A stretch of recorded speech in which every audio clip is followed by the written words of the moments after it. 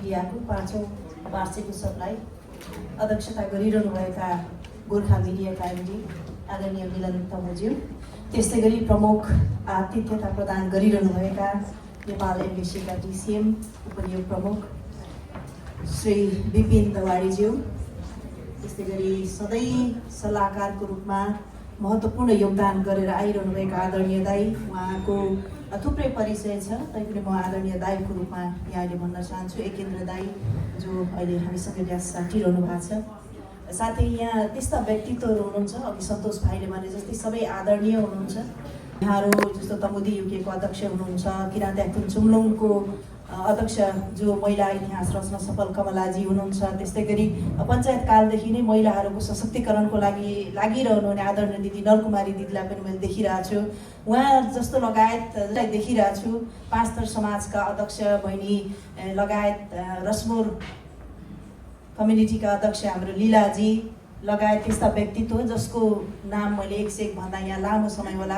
आदरणीय दाई पछाडि हुनुहुन्छ, तमुदीका संस्थापक दाई कमल दाईलाई पनि देखिरहेको थिएँ, मिनकमी दाईलाई, अनि हाम्रो ज्ञान दाईलाई पनि देखिरहेको छु। यहाँहरू लगायत यहाँहरू सबैलाई म सबैभन्दा पहिले एकमुष्ट हार्दिक नमस्कार गर्न चाहन्छु। र त्यसको साथमा यो 5औं गोर्खा मिडियाको 5औं वार्षिक उत्सवको सुखद उपलक्ष्यमा गोर्खा मिडियाका सम्पूर्ण पदाधिकारी एमडी लगायत जसले यो मिडियालाई यहाँसम्म ल्याउनको लागि अहोरात्र खटेर एउटा अतुलनीय योगदान दिएको छ, उहाँहरू सबैलाई म हार्दिक बधाई तथा आगामी दिनमा अझ फलोस् फुलोस् भन्ने शुभकामना दिन चाहन्छु। र त्यो सँगसँगै हामी अहिले यो अवस्थामा छौँ जो हाम्रो राष्ट्र जसले अघि सेप्टेम्बर 8 को कुरा गरिरहनु भएको थियो बहिनी, जसले जेनजीको प्रतिनिधित्व पनि गर्नुहुन्छ भन्छु म, पार्वती पवित्रा बहिनी, उहाँले भने जस्तै म सबैभन्दा पहिले जसले यो जेनजी आन्दोलनमा आफ्नो कलिलो उमेर गुमाउनु भएको छ उहाँहरूप्रति हार्दिक श्रद्धाञ्जली व्यक्त गर्न चाहन्छु। र यो आन्दोलनलाई सफल पार्ने क्रममा जस व्यक्तित्वहरू घाइते हुनु भएको छ उहाँहरूको शीघ्र स्वास्थ्य लाभको कामना गर्दै म यो एकदमै क्रिटिकल घडीमा र एउटा खुसीको घडी पनि भन्नुपर्छ, यो 5औं वर्ष पार गर्दै गरेको अवस्थामा म पुनः मिडियाले जुन अहिलेको अवस्थामा जसरी संसारलाई समाजलाई दुविधामा पारिरहेको छ, विशेष गरी अब यो सामाजिक सञ्जालहरूले हामीले यो पीडा भर्खरै भोगेर अझै पनि यसबाट तङ्ग्रिरहन सकेको छैनौँ। सत्य के हो, तथ्य के हो, यसमा जहिले पनि हामी बादलको कुहिरो अथवा कुहिरोमा उडेको काग जस्तो पनि भएको छौँ। विशेष गरी समाजका त्यस्ता व्यक्तिहरू जसले भोलि समाज हाँक्नु पर्दछ, त्यही जेनजीकै पुस्ताहरू पनि कतिपय यो कालो बादलमा रुमलिरहेको अवस्था छ र त्यसमा अब महत्त्वपूर्ण भूमिका खेल्ने भनेको मिडियाहरूले खेल्नुपर्ने हुन्छ। र आउँदो दिनमा गोर्खा मिडियाले हिजोको दिनमा यो 5औं वर्ष पार गर्दै गर्दा जसरी गोर्खा मिडियाले सत्य, तथ्य र एउटा समाजलाई अगाडि ल्याउने क्रममा जुन गहन भूमिका निभाएर यहाँसम्म आउनु भएको थियो, अब झन् चुनौतीलाई पार गर्दै अझ सशक्त रूपमा गोर्खा मिडिया अगाडि बढोस् भन्ने म हार्दिक शुभकामना पनि दिन चाहन्छु। र आजसम्म गोर्खा मिडिया खरो रूपमा उत्रिएको छ, एउटा ब्यालेन्समा अगाडि बढेको छ र आगामी दिनमा पनि यसलाई कायम राख्दै अझ सशक्त रूपमा यो मिडिया अगाडि बढोस् भन्ने पनि म नेपाल पत्रकार महासङ्घ युकेको तर्फबाट र मेरो व्यक्तिगत तर्फबाट हार्दिक बधाई अनि शुभकामना दिन चाहन्छु।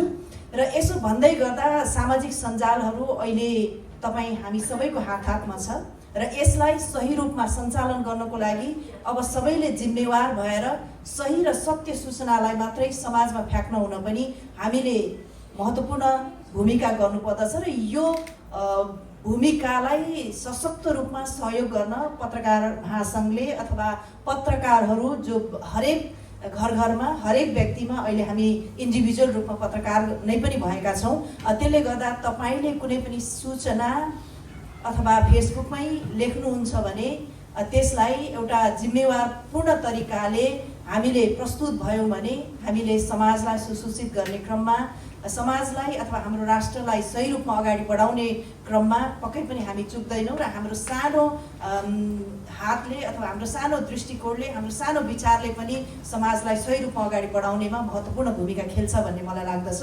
त्यसैले गर्दा म पुनः यहाँहरूलाई विनम्र अनुरोध गर्दछु, अहिलेको यो अवस्थामा हामी त विदेशमा छौँ, प्रदेशमा छौँ, तैपनि हाम्रो मन मस्तिष्क अहिले हाम्रै समाजमा अथवा हाम्रै देशमा घुमिरहेको छ र यति हुँदाहुँदै पनि म अहिले यही मञ्चबाट नेपाल राष्ट्रले पहिलो महिला प्रधानमन्त्री पाएको छ, त्यसको यो खुसियाली पनि म महिला दिदीबहिनीहरूलाई हार्दिक बाँड्न चाहन्छौँ। किनकि यहाँ महिलाहरूले इतिहास रच्ने क्रममा जस्तो निनाजीले इतिहास रच्नु भएको छ, हाम्रो कमलाजीले इतिहास रच्नु भएको छ, हाम्रो लीलाजीले रच्नु भएको छ भने त्यस्तै गरी हाम्रो शान्तिजीले पनि इतिहास रच्दै गर्दा अहिले नेपालमा पनि हामीले पहिलो महिला प्रधानमन्त्री पाइरहेको यो खुसियाली पनि बाँड्दै यो स्टेजबाट यो 5औं वार्षिक उत्सवको यो पावन अवसरमा पुनः म अघि पनि भने, मैले लास्ट इयर पनि भने, कलम समाउने हातहरू बन्दुक समाओस् अथवा जे समाओस्, तर एउटा दृढ निश्चय लिएर अगाडि बढ्यो भने त्यो व्यक्तिले, त्यो हातहरूले जे पनि गर्न सक्छ भन्ने एउटा उदाहरण हाम्रो मिलन तमु गुरुङ हुनुहुन्छ।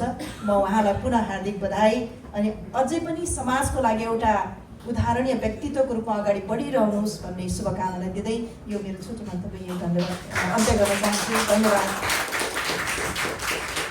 Thank you, पत्रकार महासङ्घ बेलायतका अध्यक्षज्यूलाई।